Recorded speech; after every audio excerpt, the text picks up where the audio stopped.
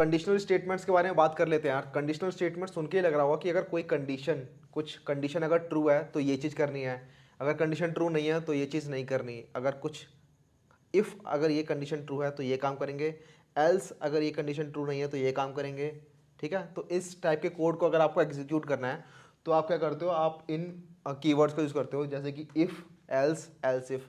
तो आपके प्रोग्राम्स में क्या होता है यार, काफ़ी बार होता है कि आप चाहते हो कि जो कोई कोड है वो आप चाहते हो कि वो तभी चले जब कोई कंडीशन ट्रू हो। सपोज़ आपका कोई कोड है जो वो बताता है कि ये नंबर ग्रेटर देन 20 है, तो आप चाहते हो कि वो जो पीस ऑफ कोड है जो बता रहा है कि this number is greater than 20, वो सिर्फ तभी चले जब नंबर आपका एक्चुअली ग्रेटर देन 20 हो।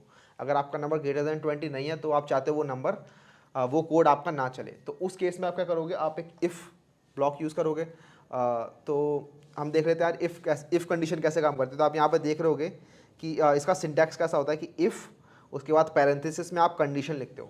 तो कंडीशन में आपके क्या आता है, ये कंडीशन में आपका एक्सपेक्ट करता है एक बुलियन। तो बुलियन की हमने बात की थी आपकी, बुलियन आपका एक डेटा टाइप होता है जिसके अंदर या तो ट्रू होता है या फॉल्स होता है।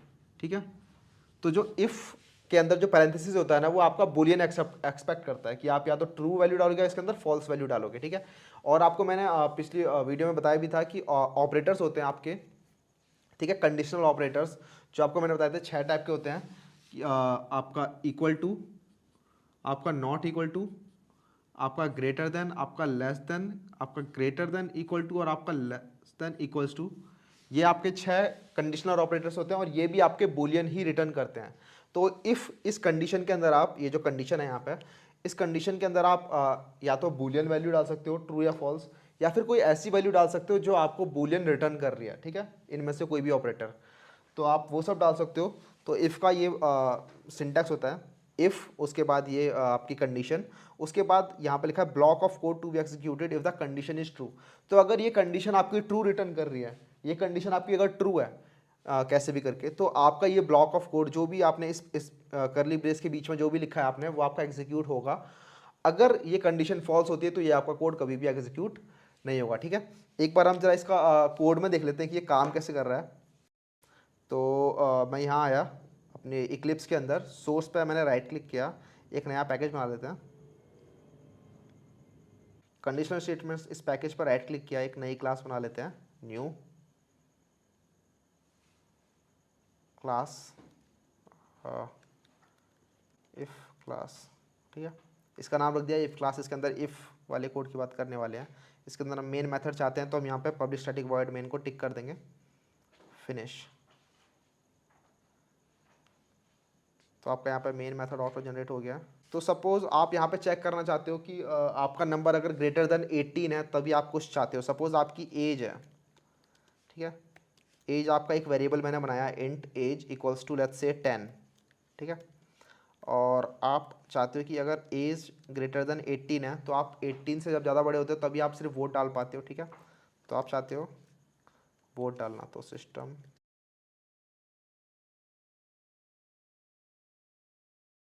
ठीक है, तो जब आपकी एज ग्रेटर देन 18 है सिर्फ आप तभी वोट डाल सकते हो। जब आपकी एज ग्रेटर देन 18 नहीं होगी, जब भी इससे लेस देन होगी 18 से, तब आप वोट नहीं डाल सकते। ठीक है, एक्चुअली यहाँ पे ग्रेटर देन इक्वल्स टू 18 आएगा क्योंकि आपकी 18 या उससे बड़ी होती है तभी आप डाल सकते हो। तो जब हम इस कोड को रन करेंगे तो क्योंकि यहाँ पे एज मैंने 10 सेट कर रखी है तो यहाँ पे कुछ भी प्रिंट नहीं हो रहा है। ठीक है, आप देख रहे हो क्योंकि मैंने कुछ वो जो कोड था इस ब्लॉक के अंदर, जो भी कोड है, इस पैरेंथेसिस के बीच में जो भी कोड है, सॉरी इस करली ब्रेस के बीच में जो भी कोड है, वो आपका एग्जीक्यूट ही नहीं होगा क्योंकि आपकी स्टेटमेंट जो है वो ट्रू रिटर्न नहीं कर रही, वो फॉल्स रिटर्न कर रही है। वो ट्रू कब रिटर्न करेगी, जब आपकी ये कंडीशन ट्रू होगी, एज ग्रेटर देन 18, और ये कब होगा, जब आपकी एज एक्चुअली ग्रेटर देन 18 होगी।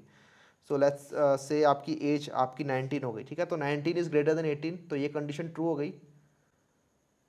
तो अब आप इसे रन करोगे तो यहाँ पे लिखा रहा है यू कैन वोट नाउ। ठीक है, तो बेसिकली आपने क्या किया, एक कोड था, पीस ऑफ कोड जो आप चाहते हो वो सिर्फ तभी एग्जीक्यूट हो जब कोई कंडीशन ट्रू हो। तो आप क्या करोगे, उसको आप एक इफ ब्लॉक में डाल दोगे। ठीक है, तो ये आपकी इफ कंडीशंस हो गई। उसी तरह आपकी होती है इफ़ एल्स। तो अभी तक क्या था कि आप सिर्फ एक इफ़ कंडीशन चेक कर पाते कि अगर ये चीज़ ट्रू है तो आप कुछ काम करो, उसके अलावा अगर ये चीज़ फॉल्स है तो आप क्या काम करोगे, ये आपको इससे कुछ फ़र्क नहीं पड़ रहा था। ठीक है, लेकिन कई बार कोड होता है कि आप चाहते हो कि अगर अच्छा इफ़ वाली कंडीशन ट्रू है तो ये काम करो, अगर इफ़ वाली कंडीशन फॉल्स है तो ये काम करो, ठीक है। तो उसके लिए क्या सिंटैक्स होता है, तो इफ़ पिछले बार की तरह ही कि इफ़ के अंदर आपने यहाँ पे लिखा कंडीशन, ये कंडीशन पिछली बार की तरह ही बूलियन एक्सपेक्ट करेगी। तो इफ़ के अंदर आपका ये वाला ब्लॉक ऑफ कोड तभी एग्जीक्यूट होगा जब ये कंडीशन ट्रू होगी, और जब ये कंडीशन फॉल्स होगी, एल्स मतलब अगर ये कंडीशन फॉल्स हुई तो ये नीचे वाला ब्लॉक एग्जीक्यूट होगा, ठीक है। ये दूसरा वाला block of code to be executed if the condition is false, ठीक है। तो इसको देख लेते हैं कि एक्चुअली ये काम कर रहा है, कैसे कर रहा है। तो मैं यहाँ पे एक नई क्लास बनाता हूँ, लेट्स से इसका नाम दे दिया इफ एल्स क्लास, ठीक है। तो यार एक एग्जांपल लेते हैं, जैसे सपोज आपने मूवीज़ में देखा होगा कि जो हीरोइन होती है वो फूल ले लेती है एक, और फूल के पेटल्स को तोड़ती रहती है, ठीक है। और ही लव्स मी नॉट, ठीक है। फाइनली अगर जो फत्ता आता है ही लव्स मी नॉट, ये वाला जो फंडा होता है, तो वो वाला एक्चुअली काम कैसे करता है। सपोज आपके पास वन पेटल था, इनिशियली वन पेटल था, तो ही लव्स मी, ठीक है, ही लव्स मी। आपके पास टू पेटल्स थे तो he loves me not, three petals थे तो अगेन ही लव्स मी। तो यहाँ से क्या बन रहा है कि अगर ऑड नंबर ऑफ पेटल्स होंगे तो ही लव्स मी, और इवन नंबर ऑफ पेटल्स होंगे तो ही लव्स मी नॉट, ठीक है। ऐसे ही कुछ होना चाहिए। तो वो देख लेते हैं वो कैसे काम करता है, ठीक है। तो आपने एक वेरिएबल ले लिया int number of petals, so let's say इस नंबर ऑफ पेटल्स में आपने 5 डाल दिया, ठीक है। फिर आप क्या करोगे, इफ़ आप चेक करो कि ये नंबर ऑफ पेटल्स अगर ऑड हैं तो ही लव्स मी, ठीक है। तो उसके लिए क्या करोगे, आप देखोगे नंबर ऑफ पेटल्स ऑड करने का क्या तरीका है, चेक करने का क्या तरीका। तो नंबर ऑफ पेटल्स मॉड्यूलो 2 अगर 0 के बराबर है, ठीक है। नेक्स्ट मतलब मॉड्यूलो 2 क्या था, मॉड्यूलस आपको ऑपरेशन बताया था कि मॉड्यूलस क्या करता है, डिवाइड करने के बाद जो रिमाइंडर होता है वो आपको मॉड्यूलस ऑपरेशन रिटर्न करता है, ठीक है। तो नंबर ऑफ पेटल्स अगर इवन होंगे, तो जब आप इवन नंबर को 2 से डिवाइड करते हो तो आपका रिमाइंडर आता है 0, ठीक है। अगर आप ऑड नंबर को 2 से डिवाइड करते हो तो आपका रिमाइंडर हमेशा 1 आता है, ठीक है। एग्जाम्पल ले लेते हैं, सपोज आपका नंबर है इवन 6 को जब आप 2 से डिवाइड करते हो तो क्वोशंट आ गया 3, लेकिन रिमाइंडर क्या है आपका 0। ऐसे ही आपका कोई 9 है, ये ऑड नंबर है, ठीक है। इसको आप जब 2 से डिवाइड करोगे, सॉरी 9 है, इसको आप जब 2 से डिवाइड करोगे तो 2 4 ज़ार 8, और एक रिमाइंडर जो आया वो आपका 1 आया, ठीक है। तो अगर आपको चेक करना है कि आपका नंबर इवन है या ऑड है, तो इसकी एक ट्रिक होती है कि अगर जो रिमाइंडर है वो 0 है तो इसका मतलब आपका नंबर इवन है, अगर रिमाइंडर आपका 1 है तो नंबर आपका ऑड है। तो मॉड्यूलो 2 क्या करेगा, वो चेक करेगा डिवाइड करने के बाद रिमाइंडर आपका क्या आ रहा है। अगर आपका रिमाइंडर 0 आ रहा है तो आपका इवन नंबर है, और आपका रिमाइंडर अगर 0 नहीं आ रहा है तो आपका ऑड नंबर है, ठीक है। तो नंबर ऑफ पेटल्स मॉड्यूलो 2 अगर 0 है, इक्वल्स टू 0, ठीक है। ये इक्वल्स टू ऑपरेटर ये आपका असाइनमेंट ऑपरेटर से अलग होता है, ये आपका होता है इक्वल ऑपरेटर, और एक बार इक्वल लिखते हैं तो वो आपका असाइनमेंट ऑपरेटर होता है, ठीक है। तो यहाँ पे हमने चेक कर लिया, अगर नंबर ऑफ पेटल्स अगर इवन है तो आप चाहते हो प्रिंट करना सिस आउट कंट्रोल स्पेस,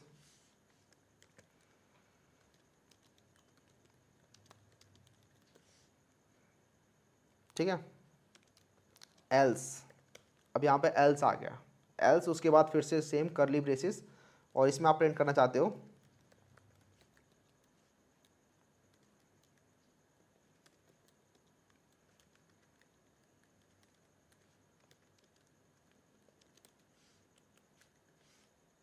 ठीक है। तो अगर इवन होगा तो ये कंडीशन चलेगी, क्योंकि हमने यहाँ पे कंडीशन डाल रखी है इफ़। तो ये वाली कंडीशन तभी ट्रू होगी जब इवन होंगे नंबर ऑफ पेटल्स, और जब नंबर ऑफ पेटल्स इवन होंगे तो सिर्फ ये वाला ब्लॉक चलना चाहिए, ये वाला कोड। और अगर ये कंडीशन फॉल्स हुई, मतलब कि नंबर ऑफ पेटल्स अगर आपके ऑड हुए, तो ये नीचे वाला एल्स वाला ब्लॉक चलना चाहिए, ठीक है। एक बार इसे रन करके देखते हैं क्या होता है। तो रन करेंगे तो यहाँ पे लिखा रहा है ही लव्स मी, ठीक है। क्यों, क्योंकि नंबर ऑफ पेटल्स जो है वो आपके 5, यहाँ पे मैंने 5 डाल रखे हैं, ठीक है। 5 का मतलब क्या, ये ऑड है, ऑड है तो आपकी एल्स कंडीशन चल रही है, और एल्स कंडीशन में आपका क्या रहा है, ही लव्स मी। सपोज यहाँ पे नंबर डालते हैं 12, ठीक है। तो 12 आपका इवन नंबर है, तो ये कंडीशन आपकी ट्रू हो जाएगी उस केस में, और ये कंडीशन अगर आपकी ट्रू हो गई तो यहाँ पे ही लव्स मी नॉट, ठीक है। तो सिंपल सा फंडा था इफ़ और एल्स का। तो इफ़ एल्स आपको समझ में आ गया होगा। तो इसी तरीके से यार आपका आता है एक एल्स इफ़, ठीक है। एल्स इफ़ मतलब कि अगर आपकी इफ़ कंडीशन फॉल्स हो गई तो अगर दूसरी कंडीशन ट्रू हो रही है तो एल्स इफ़, अगर ये कंडीशन भी फॉल्स होगी तो आप एक और एल्स इफ़ लगा सकते हो यहाँ पे। तो आप ऐसे मल्टीपल एल्स इफ़ लगा सकते हो। तो बेसिकली अगर आपकी इफ़ कंडीशन फॉल्स हो गई तो वो एल्सिफ में चली जाएगी, इसके बाद वाली एल्सिफ मतलब कंडीशन 2 में। अगर कंडीशन 2 ट्रू है तो यहाँ पे ये वाला ब्लॉक ऑफ कोड एग्जीक्यूट हो जाएगा। अगर कंडीशन 2 भी फॉल्स है तो उसके नीचे जो भी लिखा होगा, अगर नीचे एल्सिफ एक और बार लिखा है तो उस एल्सिफ के साथ कंडीशन 3 चेक होगी। अगर एल्सिफ नहीं लिखा है, एल्स लिखा है या फिर कुछ नहीं लिखा तो वो अकॉर्डिंगली आगे बढ़ेगा, ठीक है। अगर एल्स लिखा है तो वहाँ पे वो एल्स वाला कोड एग्जीक्यूट हो जाएगा। अगर वहाँ पे एल्स नहीं लिखा तो उसके नीचे वाला कोड एग्जीक्यूट हो जाएगा। अगर आपको यहाँ पे समझ नहीं आया क्या बोल गया मैं, तो एक बार कोड में देख लेते हैं। तो एक नई क्लास बना लेते हैं इसके अंदर। सपोज आप ये जानना चाहते हो कि आपका जो नंबर है वो किस रेंज में लाई कर रहा है, 0 से 10 के बीच में लाई कर रहा है, 10 से 20 के बीच में लाई कर रहा है, 20 से 30 के बीच में लाई करता है, या फिर 30 से 40 के बीच में लाई करता है, ठीक है। ऐसे आप चाहते हो कि आपका जो भी नंबर आप डालो वो बता दे कि ये नंबर किस रेंज में लाई कर रहा है। तो उसके लिए आप क्या करोगे, सपोज आपका नंबर है कुछ भी, मैंने फ़िलहाल के लिए नंबर डालिया 23। तो अगर आपका number less than equals to 10 है तो आप चाहते हो, जैसे अगर आपको पता लग रहा है कि आपका नंबर लेस देन 10 है तो आप चाहते हो ये वाला कोड एग्जीक्यूट हो जहाँ पे प्रिंट हो जाएगा नंबर इज़ लेस देन 10, ठीक है। लेकिन आप चाहते हो अगर लेस देन 10 नहीं है तो वो बता दे अच्छा 10 से 20 के बीच में है क्या, तो आप चेक करोगे क्या नंबर 10 से 20 के बीच में है। तो उसके लिए आप क्या करोगे, आप देखोगे number is greater than 20, greater than 10 and number is less than equals to 20।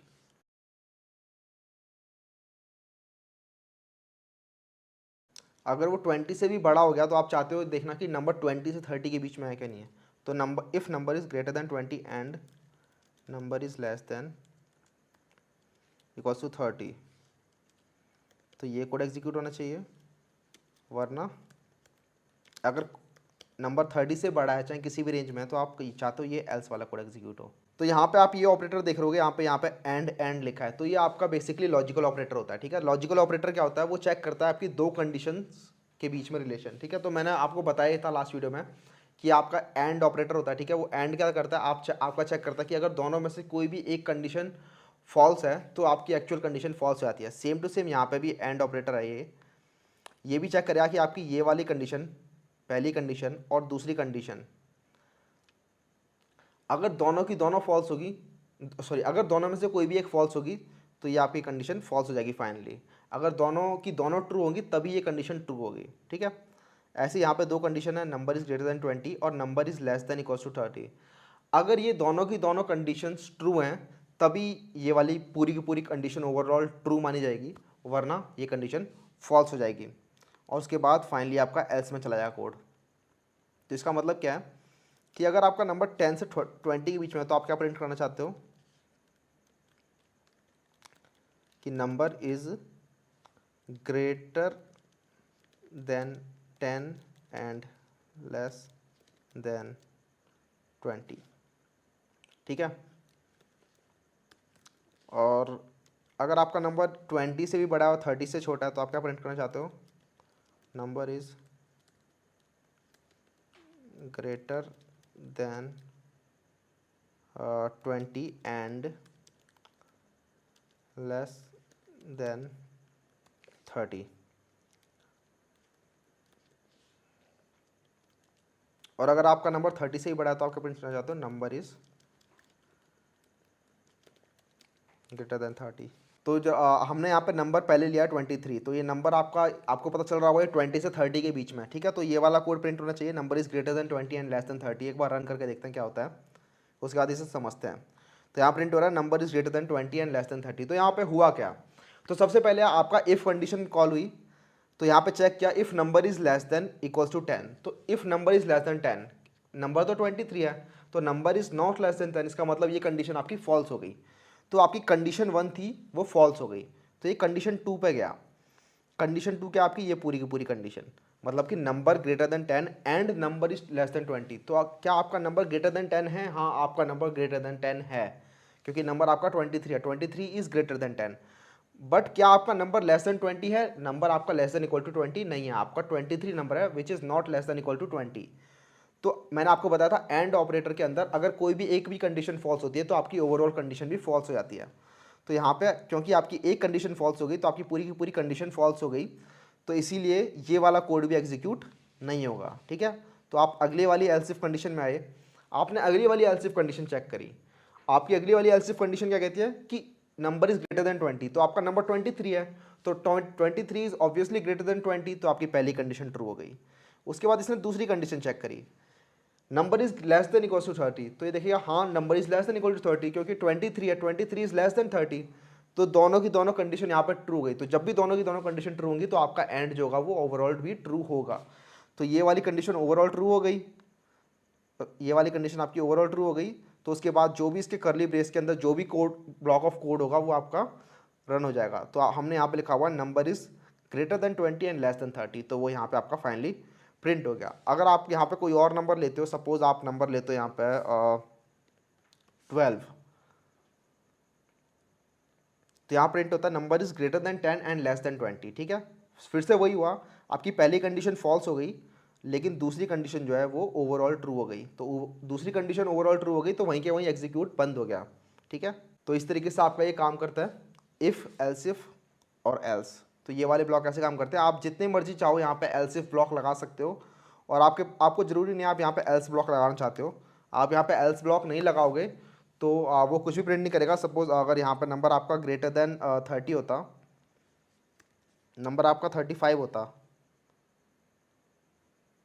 तो यहाँ पे लिखा रहा है नंबर इज ग्रेटर देन 30, क्योंकि हमने यहाँ पे फाइनली एक ब्लॉक लगा रखा है कि अगर इन तीनों में से कोई भी कंडीशन ट्रू नहीं है तो फाइनली ये वाली कंडीशन तो ट्रू होगी ही होगी, ठीक है। अगर ये तीनों की तीनों फॉल्स हैं तो नंबर इसका मतलब 30 से बड़ा होगा ही होगा। बट अगर मैं ये एल्स ब्लॉक भी उठा देता हूँ पूरा का पूरा यहाँ से, तो 35 के लिए कुछ भी प्रिंट नहीं होगा, क्योंकि ये तीनों की तीनों कंडीशन फॉल्स हैं, ठीक है। तीनों की तीनों कंडीशन फॉल्स हैं और फाइनली इसे कोई रिजल्ट नहीं मिला, तो इसने कुछ भी प्रिंट नहीं किया इस केस में, और आपका कोड यहीं के यहीं ख़त्म हो गया। तो ये आपकी थी इफ़ एल्स इफ और एल्स, ये वाली कंडीशन। उसके बाद फाइनली एक शॉर्ट हैंड आता है यार, इफ़ एल्स को लिखने का एक तरीका होता है, वो आपका होता है टर्नरी ऑपरेटर। ये थोड़ा अलग टाइप का तरीका होता है, ये आपका नॉर्मल इफ़ एल्स से अलग होता है। तो बेसिकली एक शॉर्टकट तरीका होता है, ये कि अगर कोई कंडीशन, ये कोई कंडीशन है, ये कोई बूलियन कंडीशन होगी, ठीक है। कंडीशन हमेशा बूलियन होगी, या तो ट्रू होगी या फॉल्स होगी। तो क्वेश्चन मार्क मतलब कंडीशन, ठीक है। अगर ये कंडीशन ट्रू है तो जो भी आप यहाँ लिखोगे वो वैल्यू, वरना मतलब एल्स, तो ये आपका एक तरीके से इफ़ हो गया, वरना ये यहाँ पे जो भी लिखोगे आप। तो अगर कंडीशन ट्रू होगी तो ये वाली चीज़, वरना मतलब ये कॉलन, ये क्वेश्चन मार्क है और ये कॉलन है। अगर कंडीशन ट्रू होगी तो आपकी ये वाली चीज़, वरना ये वाली चीज़ रिटर्न होगी, ठीक है। और ये वाली चीज़ आपकी रिटर्न हो जाएगी यहाँ पे। तो आपका जो भी यहाँ पे डेटा टाइप होगा, अगर यहाँ पे आपका जो भी डेटा टाइप होगा, यहाँ पे सपोज इंट है, तो ये वो वैल्यू आपकी इंट, सॉरी ये वाली वैल्यू आपकी इंट में चली जाएगी। तो आप चाहते हो यहाँ पे इंट वैल्यू रखना फिर, क्योंकि आप इंट वैल्यू रिटर्न कर रहे हो। यहाँ पे अगर आप कुछ और वैल्यू रखोगे, सपोज आप यहाँ पे फ्लोट वैल्यू रखते हो, तो आपकी फ्लोट वैल्यू यहाँ पे जाएगी फिर, ठीक है। तो एक तरीके से छोटा तरीका होगा इफ एल्स को लिखने का, ठीक है। इफ एल्स को लिखने का एक छोटा तरीका होता है, और इसे हम कहते हैं टर्नरी ऑपरेटर, ठीक है, टर्नरी ऑपरेटर। तो टर्नरी ऑपरेटर कैसे काम करता है, तो यहाँ पे लिखा हुआ है मैंने कि कंडीशन, फिर यहाँ पे क्वेश्चन मार्क। तो अगर ये कंडीशन ट्रू है तो उसके बाद यहाँ पे एक्सप्रेशन ट्रू, वरना यहाँ पे, वरना मतलब एल्स, एल्स मतलब ये कॉलन, कॉलन के बाद वाली एक्सप्रेशन, ठीक है। तो एक छोटा तरीका होगा ये इफ एल्स को लिखने का। कैसे काम करता है ये, तो मैं यहाँ पे इफ एल्स इफ वाली क्लास के अंदर ही डाल देता हूँ इसे।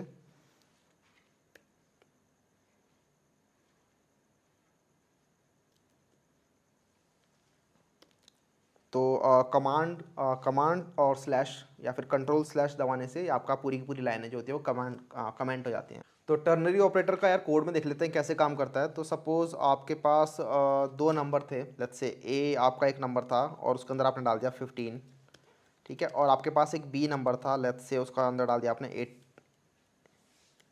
8, ठीक है। और आप चाहते हो इसमें से कौन सा बड़ा नंबर है वो आप पता करना चाहते हो, ठीक है। तो आप इजीली चाहो तो आप इफ़ एल्स ब्लॉक लगा सकते हो यहाँ पे, लेट्स से इंट सी या फिर int max of both numbers, ठीक है। कोई भी वेरिएबल असाइन कर दिया मैंने, इसके अंदर मैंने कुछ भी डाल दिया, 0 फिलहाल के लिए डाल दिया, ठीक है। आप चाहते हो पता करना कि ए और बी में से जो भी बड़ा नंबर हो वो इस वेरिएबल में चला जाए, मैक्स ऑफ बोथ नंबर्स, ठीक है। तो आप या तो इफ़ कंडीशन में लगा सकते हो कि if A is greater than B तो max of both numbers is A, ठीक है। नहीं तो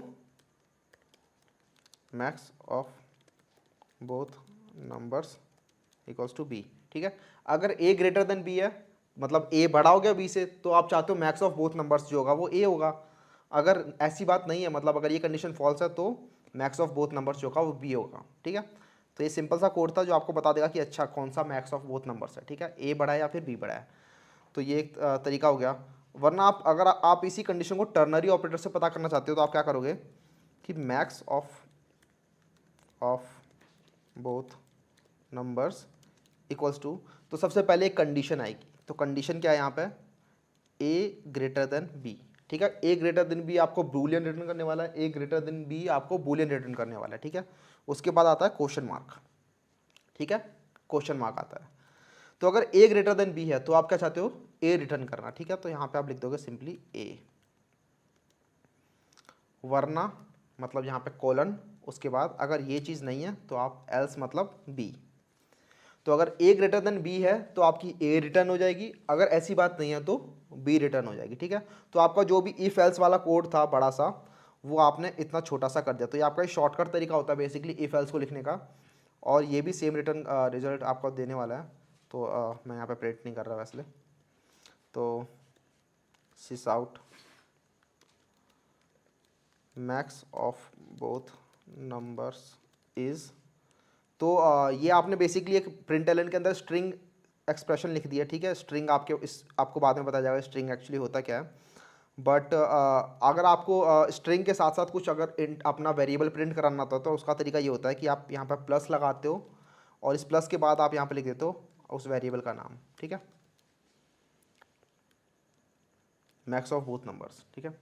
और अगर आप थोड़ा सा उस वेरिएबल का नाम लिखते हो और आप चाहते हो पूरा का पूरा वो लिख जाए, तो कंट्रोल स्पेस दबाने से वो ऑटो कंप्लीट हो जाता है, ठीक है। तो जैसे मैंने यहाँ पे लिखा मैक्स, तो अपने आप से समझ जाएगा कि अच्छा यही वाला वेरिएबल है। तो कंट्रोल स्पेस दबाया या कमांड स्पेस या फिर जो भी है वो आपने दबाया तो वो अपने आप ऑटो कंप्लीट हो जाएगा, ठीक है। तो max of both number is max of both numbers. ये रन करेंगे तो यहाँ पे इसने 15 रन कर दिया, ठीक है। क्योंकि यहाँ पे इसने चेक किया कि a is greater then b, because a is 15 and b is 8, तो a is greater then b, तो आपका यहाँ पे a चला जाएगा वरना b चला जाएगा। अगर सपोज b आपका 18 हो जाता और a आपका 15 है, तो अब आपका b बड़ा हो गया, तो अब आपका b बड़ा हो गया तो मैक्स ऑफ बोथ नंबर्स जो होगा वो 18 हो जाएगा। तो अगर आपका यहाँ पे मैक्स ऑफ बोथ नंबर्स 18 होगा तो वो यहाँ से वो ऐसे आ जाएगा, बिकॉज आपका 18 इज़ नॉट लेस देन 15 है ना, तो आपकी सेकंड कंडीशन इस केस में चली जाएगी, बिकॉज पहली कंडीशन तभी जाती है जब आपकी स्टेटमेंट पूरी की पूरी कंडीशन जो होती है वो ट्रू होती है, ठीक है। तो इसलिए आपका मैक्स ऑफ बोथ नंबर्स यहाँ पे 18 हो गया, तो ये आपका टर्नरी ऑपरेटर हो गया। तो ये आपके कंडीशनल ऑपरेटर्स हो गए यार। और नेक्स्ट वीडियो में बात करने वाले हैं स्विच स्टेटमेंट्स के बारे में, स्विच और केस के बारे में, वो भी आपके कंडीशनल ऑपरेटर्स ही होते हैं। और साथ में नेस्टिंग की बात करेंगे कि इफ एल्स के अंदर नेस्टिंग कैसे होती है, कि एक इफ कंडीशन के अंदर और बाकी इफ कंडीशंस कैसे आती हैं, ठीक है। तो तब तक के लिए चलते हैं यार, see ya, have a good day, bye.